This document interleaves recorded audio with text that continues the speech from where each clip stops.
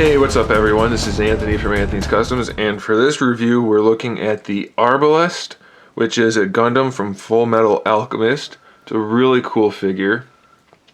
Of course, I'm just kidding. It's not a Gundam, and it's not from Full Metal Alchemist. It's from Full Metal Panic, and it's an arm slave, and it is the ARBALEST LAMBDA driver. This is the new version with the effect parts. We'll get to those in a second, but let's take a look at the figure itself first. We'll go through all of the accessories in just a bit. He stands, give or take a little bit, because you can adjust his legs, you know, up and down, that sort of thing, roughly about 5 inches tall. So he's pretty much standard size for these. I say that based on what I've seen because this is the first one of these that I've ever bought. I don't have any other robot type figures, be it Gundams or arm slaves. So this is pretty cool. I am excited to own one. I do like this one a lot, and I may buy more. I can't make any promises, guys. I know a lot of you are asking for reviews, but again, I can't make any promises. Alright, so he's just loaded with detail. He's painted fairly cleanly. Nothing really jumps out as being a huge paint flaw. You know, the closer you get, the more little tiny defects you can see. But by and large, it's a really clean paint job. And of course, the sculpt work is really nice too. He's loaded with articulation, so we'll go through that real quick. I'll try not to miss anything. As I said, this is my first one, so I may miss like some of the hidden things, but I really don't think I'm going to. We'll see. So you can see if I pull up on the head a little bit, he's got a ball hinge in there, so that'll swivel at the top and at the bottom of the ball, and it's ratcheted. And the neck is on a hinge too. I believe it's just a hinge. It looks to me like it only goes forward and back. It doesn't lean side to side. So that should cover that. The shoulders, I'm not 100% sure on. I believe it's a standard ball peg with another ball connected to it. So it's like a double ball peg, a barbell that goes through to this, then it goes on through and connects into the shoulder. So this piece here can rotate around and it hinges up and down, all of that. So that's the standard ball peg part there. And then it goes through into the shoulder, to the armpit area where there's a hinge. And then you have the shoulder pad, which is hinged on that little ball peg right there. And that also can swing around to, well, it pops off because it's interchangeable, but that piece there where you can see the little rivet is also a hinge. So it can move around to accommodate for the shoulder, for the range of motion for the shoulder. So it's pretty good there. Let's pop that back on for now. I'll show you the interchangeable piece in a minute. But either way, the shoulder has a ton of posability, good range of motion, full articulation. There's really nothing more you could ask for out of it. You have an actual bicep swivel in right there, double jointed elbow, and then a ball peg for the hands. And they are interchangeable. There's a good deal of hands, a good amount of hands. We'll get to that when we get to that. You have a joint here for the upper torso that happens above that gray piece. There's a hinge. I don't think there's any rotation yet or anything like that. A little play there, but I don't think that's actually part of it. So there's a hinge up there. This white piece is hinged just to kind of fill in the gaps. Then there's a hinge down here under that gray part that really gives it a good range of motion forward and back.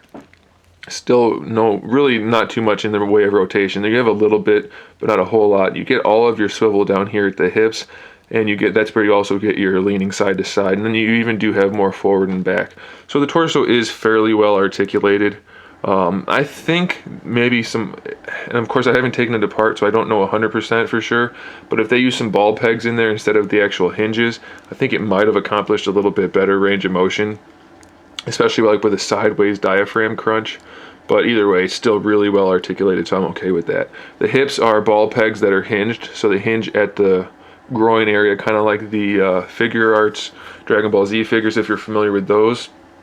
I think the Kamen Riders have it also. So it's a hinged ball peg, so you can drop that down and bring the leg all the way up if you want to, or you can just leave it up and it makes a more seamless looking joint area. So you have the ball peg in there, and then you also, well, the ball peg goes to the gray part, and then you have the thigh swivel, which is the white part and the blue part that goes around that.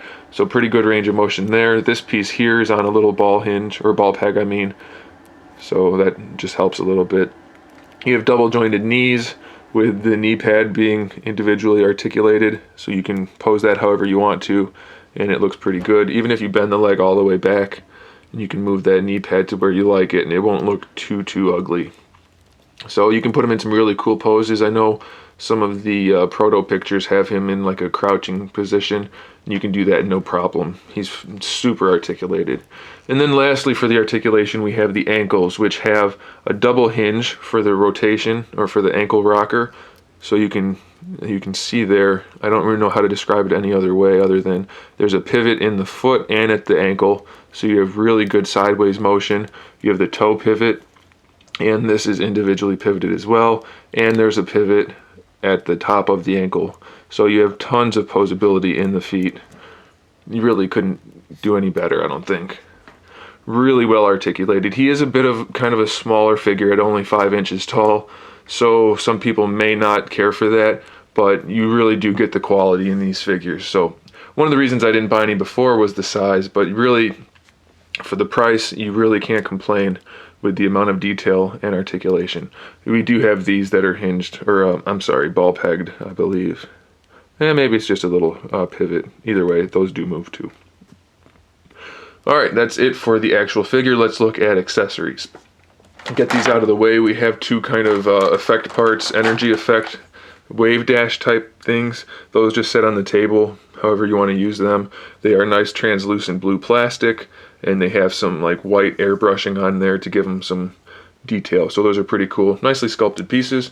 We have an energy blast that goes over the fist. Not a blast, like a Shoryuken from Street Fighter. So that just goes over the fist. I guess I could show you that. So it just slides on like that. So that's pretty cool. It's really nice. I love the effect parts for this guy. It's one of the reasons I picked this one. Otherwise, I'm not familiar with the show or character or anything. I assume it's a show. I don't know. I think it is. And then this one actually replaces the fist altogether. You can see the fist sculpted on there. So what you'll do is just use it like an interchangeable hand. You can see there's a peg hole in there. So you'll just pop that on. It is kind of stiff. The peg hole probably could have been a little easier to use, but either way you can get some really cool poses out of that, like he's doing another Shoryuken type thing. So that's really cool.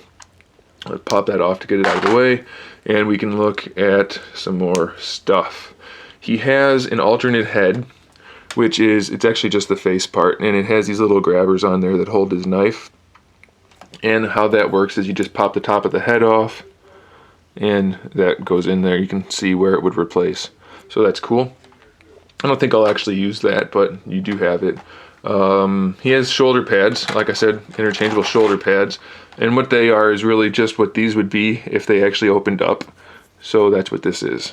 And I'll pop it off and show you real quick. I think these bigger shoulder pads make the figure look so much cooler. I don't know why anybody would choose to display him without it. You see the difference? It's so much cooler. So let's go ahead and do it on both sides. And again, the detail, the sculpt and paint, really phenomenal. Especially on a 5-inch figure.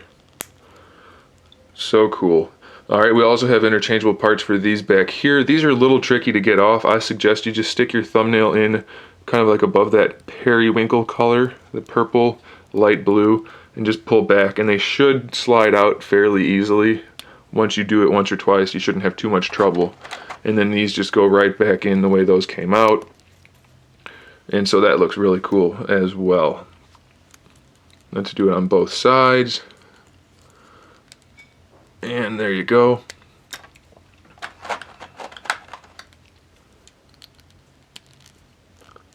Get in there. Alright, so you can see what he looks like.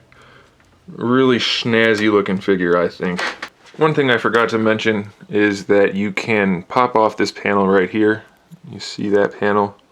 And there's a little peg hole in there for a stage 5 display stand. I've reviewed those, so check those out. They would definitely come in handy for a figure like this, and it just pegs in right there. You know what? Every time I look at this guy, I want to buy another figure, another similar figure, so I'm probably going to have to do that. Got some booger on there. Not literally. I don't know what that is. I don't know. These are interchangeable from left to right, so I could just flip that around and put it on that side. Alright, what else do we have? We have a little grappling hook type deal. Again, like I said, I'm not really familiar with the story of this character or anything, so I don't know what he uses that for. I can only suspect he uses it as a grapple type thing. And that just slides on. You pop the hand off, that slides on over the wrist. Pop the hand back on, and he's got a grapple. It is, I mean, it's not flexible, but it's semi-soft, so you don't have to worry about it breaking. Is it bendable? It is bendable. I didn't know that. That's really cool. I didn't realize that until just now. So that's bendable. I'm so happy I found that out. I'm glad I didn't say it's not bendable, because then I'd look like a big schmuck. But it's really cool that it is bendable. So now you know, guys, and knowing is half the battle. Alright, let's look at the other accessories before we get into the hands. He comes with a shotgun, which on its own is pretty cool. I don't know how I feel about a robot using a shotgun. I like the more type of like blaster type things, although I assume it's probably not a ballistics weapon. But either way, it has the collapsible stock, so that folds out back there, and the pump actually does work as well. So it's pretty cool. I have to say, I do like it. It's kind of lacking in detail, but still pretty cool. He has a knife. A small knife, which is just like the one in the mouth of the alternate head. That's pretty nifty. He has a large knife that comes with a sheath. If I can get that out. This is really cool. I love the shape of this knife. Nicely painted. And there's the sheath, so that can go in there. And that pegs into his hip. So that's pretty cool. Nothing wrong with that. It can go on either side, or it can go on the forearm. I don't know if it's supposed to go there, but there's a peg hole there, and it does fit, so you can put it there if you want to also. And now we have interchangeable hands, and we also have these two little thingies. Now, I'm not 100% sure. There's the little one right here, and there's this one right here. I'm assuming it's the same thing. It's supposed to be the same thing that's just opened and closed, but I don't know for sure. They go on this piece back here, like that. That's for the little one, so that goes in right there, and you can put this little knife in there if you want to. Again, I don't know if that's what it's meant for or not, but it fits. And then if you put the big one in, if I can get that one out, if you put the big one in, I guess it would go like that. You can put the shotgun in there. How does it go? I don't know. It goes in there one way or another. I haven't done it yet, but it does fit. And there it goes, I shot it off. But either way, the shotgun does go on that piece right there. I don't personally like it because it's really kind of clunky, so I wouldn't do it, but either way. Alright, and then we have a total of 2 hands that come on the figure, and then we have another 7 in the package. So that's 9 hands in total for those of you that are numerically challenged. We have the 2 fists, nicely detailed. Pretty cool looking. And then what else do we have? We have, if I can pick them up, it's kind of hard to get them out of the package without dumping it all out. So we have these, which are knife holding hands. Nicely detailed, and the fingers are a softer material, so you don't have to worry about them breaking and having trouble getting the weapon, and they will easily accommodate whatever weapon or accessory you want to use. Then we have these hands here, if I can get them out. And there we go. These are the gun holding hands, the trigger finger hands. Similar design, just a little bit retouched so that he can hold the weapon better. Again, the fingers are all soft. And we have the last set of hands is just a nice open hand, which would be good for using with the grappling hook or just a cool pose. Individually sculpted fingers. Again, they're soft so they won't break off. And then we have one last hand, and this is a left hand for use with the shotgun. You don't get a right hand, which I think is kind of silly because he's got a trigger hand for either side, but he only has the secondary hand for the left. So I would have liked a right hand for that as well, but you don't get it. So either way, 9 hands in total. A shotgun, 2 knives, interchangeable head, interchangeable shoulders, interchangeable back pieces, 2 fireballs, a grappling hook, and 2 wave dash things. What more could you ask for? This guy is chock full of accessories, chock full of detail. Super great figure. My first Robot Spirits figure. I'm happy with it. I probably will buy more. There it is, guys. I'd like to give a shout out to Lalam. He is the one that recommended it to me. I will post a link to his DeviantArt page in the description below. He does some customizing for this sort of thing, and he's got some cool pictures on there and other cool things, so check it out. Again, like I said, I'll link to that. So thank you to him. Thank you guys for watching. Stay tuned for more figure reviews, custom figures, and other good stuff. And in the meantime, keep collecting.